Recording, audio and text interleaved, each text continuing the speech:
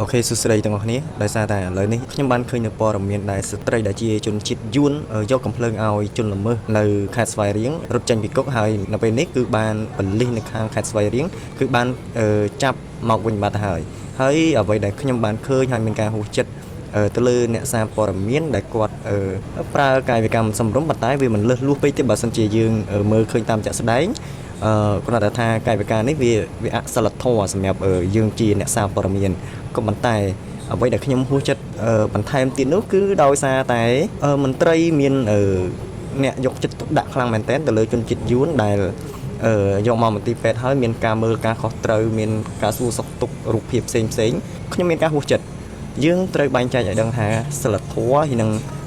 បទល្មើសបែងចែកឲ្យដាច់បើទោះបីជាស្ត្រីនោះទទួលបានការអាចនឹងថាប្រមាថមើលងាយពីអ្នកសារព័ត៌មានក៏ដោយហើយអ្នកសារព័ត៌មានក៏មិនហួសហេតុពេកនោះដែរបើមិនជាយើងគិតឲ្យចំទៅអាចនឹងថាណែនាំគាត់ទៅតាមវិជ្ជាជីវៈអ្នកសារព័ត៌មានអញ្ចឹងទៅហើយសម្រាប់ស្ត្រីដែលជាជនជាតិយួននោះនៅពេលដែលដោះស្រាយហើយគួរតែដាក់ទោសគាត់ឲ្យពេញលេញព្រោះគាត់មានទោសធ្ងន់ខ្លាំងមែនទែនហេតុអីបានខ្ញុំថាមានទោសធ្ងន់គឺដោយស្ត្រីនោះហ៊ានយកកំភ្លើងទៅឲ្យជនល្មើសនៅក្នុងពន្ធនាគារយកមកបាញ់ដើម្បីរត់គេចខ្លួននេះជាទោសធ្ងន់ណាស់បងប្អូនអរគ្នាអញ្ចឹងបងប្អូនគួរតែតាមដានរឿងនេះឲ្យជាក់លាក់ហើយចំណុចត្រង់ហ្នឹងដែរខ្ញុំឆ្ងល់ថាបើមានការយកចិត្តទុកដាក់ចំពោះស្ត្រីដែលជាជនជាតិយួននោះលក្ខណៈនេះចោះស្ត្រីខ្មែរយើងដែលមានអាយុ17ឆ្នាំ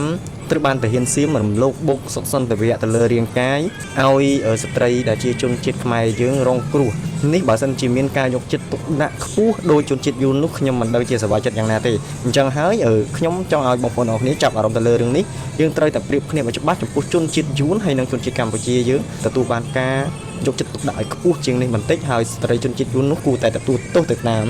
ទង្វើរបស់គាត់